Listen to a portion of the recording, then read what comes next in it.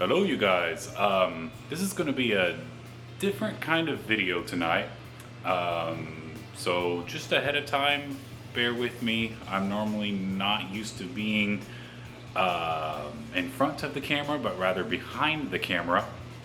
So whether that might be some technical difficulties with maybe my positioning or holding the camera, whatever that might be, apologizing ahead of time. So anyways, tonight we are going to do a different kind of video, like I think I said a little bit ago. We are going to be cooking, and this is a recipe that I found on Facebook that I have never done before. So it is just as new to me as it is to maybe some of you guys. It is called a taco hash brown. I'm just going to call it taco hash brown casserole. And I'm going to flip the camera around here. And here's our ingredients. So very simple. We got 85/15 ground beef. We got 3 different kinds of cheeses. We got 2 things of Colby Jack, Mexican cheddar blend. We got our cheese can soup mix, and yes, this is the spicy nacho cheese because it is Easter today, and the store just happens to be out of excuse me, just so happens to be out of the regular cheese soup mix. So since it is kind of a taco thing, it would not be abnormal to spice it up a little bit. And of course, I've got Rotel. I chose to do the spicy. I like spice. I went ahead and chopped up our onion because, I mean, why would you guys want to see me chopping up onions? So what we're going to do now is we are going to set our stovetop to about, let's say that's medium. Let's do like a quarter medium high heat. And so we're going to let this heat up, and then we're going to get our ground beef and onion mixture. So I will be right back. Alrighty guys, so we got our meat inside, and what I wanted to show you, and something you might notice, I've poured a little bit of water into the meat and onion mixture that we've put in here first. And the reason that I have done that, and before I give you guys this little tip, I do not take credit for this tip. This is actually a, if you guys have ever watched Mimi's Kitchen before, this is a tip that I learned from one of her videos on her channel. But if you put a little bit of water with your meat and onion mixture, it helps the meat not only to not stick at the bottom, but it also helps it helps it not to burn, and it just cooks up a lot nicer. So anyways, we are going to get this all done. We're going to get all the red out of here, and then I will show you what we will do next. And something else before I go to the next step real quick, that I forgot to show you was these are our hash browns that we're using tonight. And typically I would get the ones that are in the refrigerated section, but since it is Easter weekend, the stores are pretty limited on what they have. So frozen works too. You just have to thaw them out. And yeah, so anyways, once this meat is done cooking, I will be back, and we'll show you guys the next step. Alright you guys, our taco meat mixture is done, and one thing, ooh, there we go, now that I got my big head shadow out of the way. I did pour a little bit of water in there to, again, to get it not to burn. So anyways, now we're going to take our thawed out hash browns, and we are going to pour them all into this bowl. It was nice. They're still a little bit frozen, but you know what? These will work just as good as the ones, in my opinion, as the ones in the refrigerator section. So now that we got these in there, we are going to do our Colby Jack cheese. I should have opened these before I started the video, my apologies.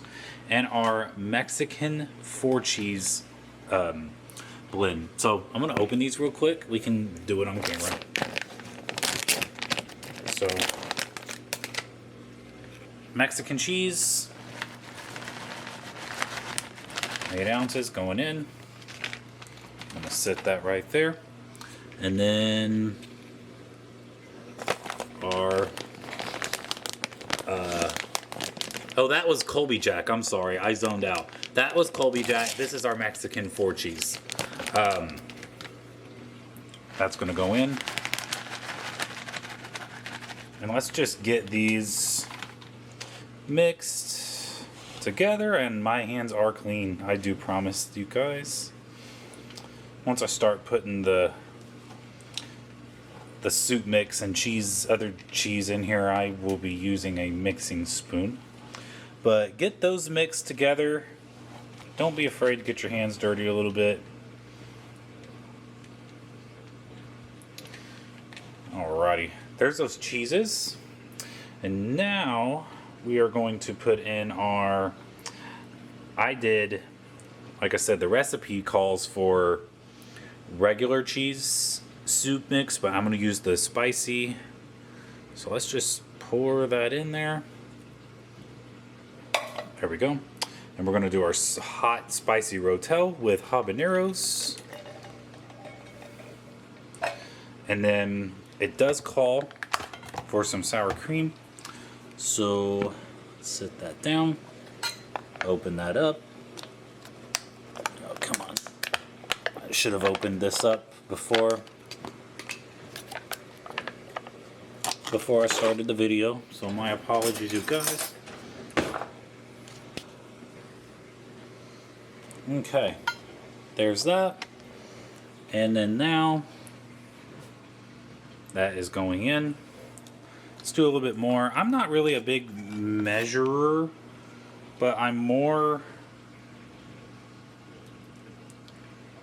like to just kind of season to taste. Okay, now we're going to mix those together.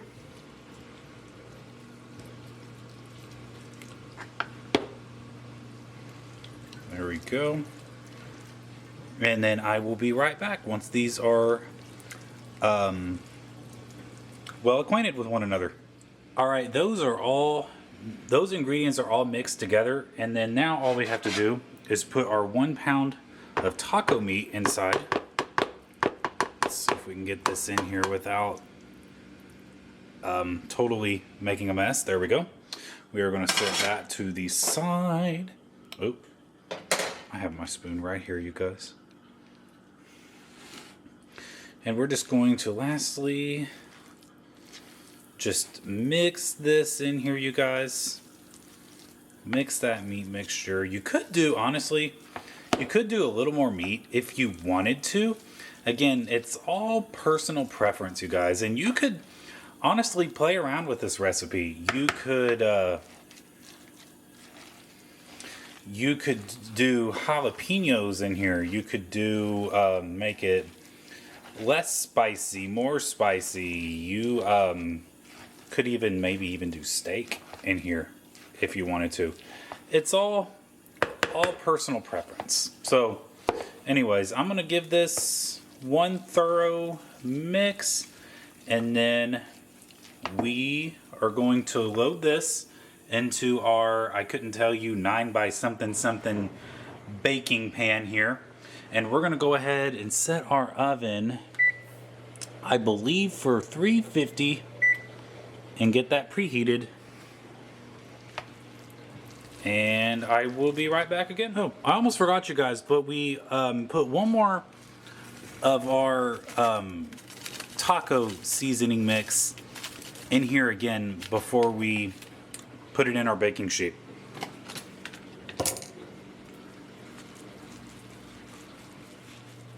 Alright, you guys, our oven is preheated to 350 degrees.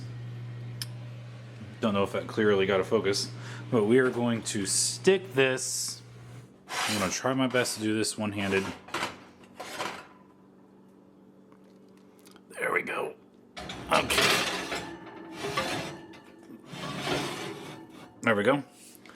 We are going to set our timer for 45 minutes, and about 10 minutes through, we are going to do the last and final step. So I will be back once again.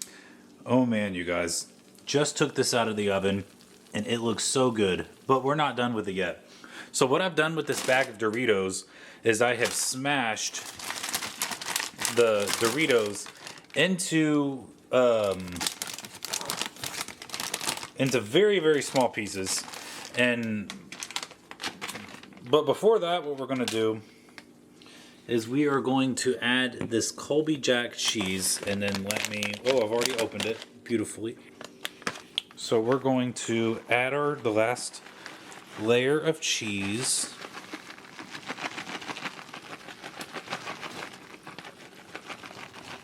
Beautiful.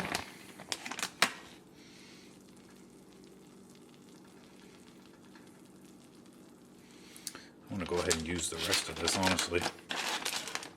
Do not want to waste any of this. There we go. Spread that around. And then now for this last part, what we're going to do is take our Doritos.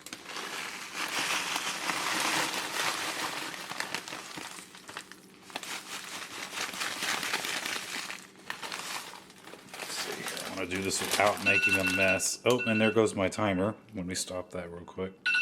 There we go.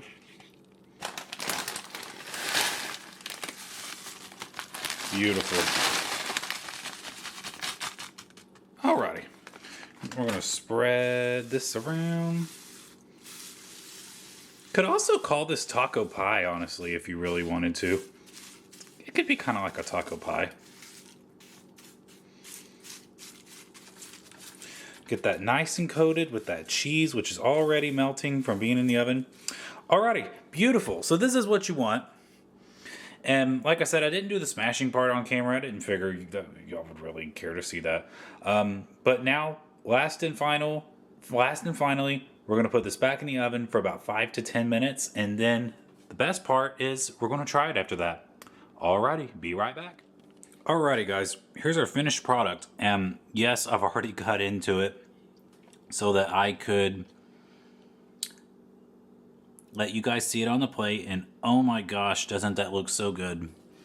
Here's what it looks like on the plate, serving it, and you could serve this with a number of things. You could serve it with side salad, you could serve it with some vegetables, just about anything. Some sour cream jalapenos. One other thing I want to note really quick that I did do really fast is I put a little bit of additional sour cream and also half a stick of butter before it really got to cooking. So remember those steps when it comes to mixing everything prior to loading everything into your baking dish and putting it in the oven. Anyways, I'm going to flip this thing around and get you guys my reaction. There we go. Alrighty, we are going to try this. Let's get. Look at that, you guys. That looks so good. Alrighty.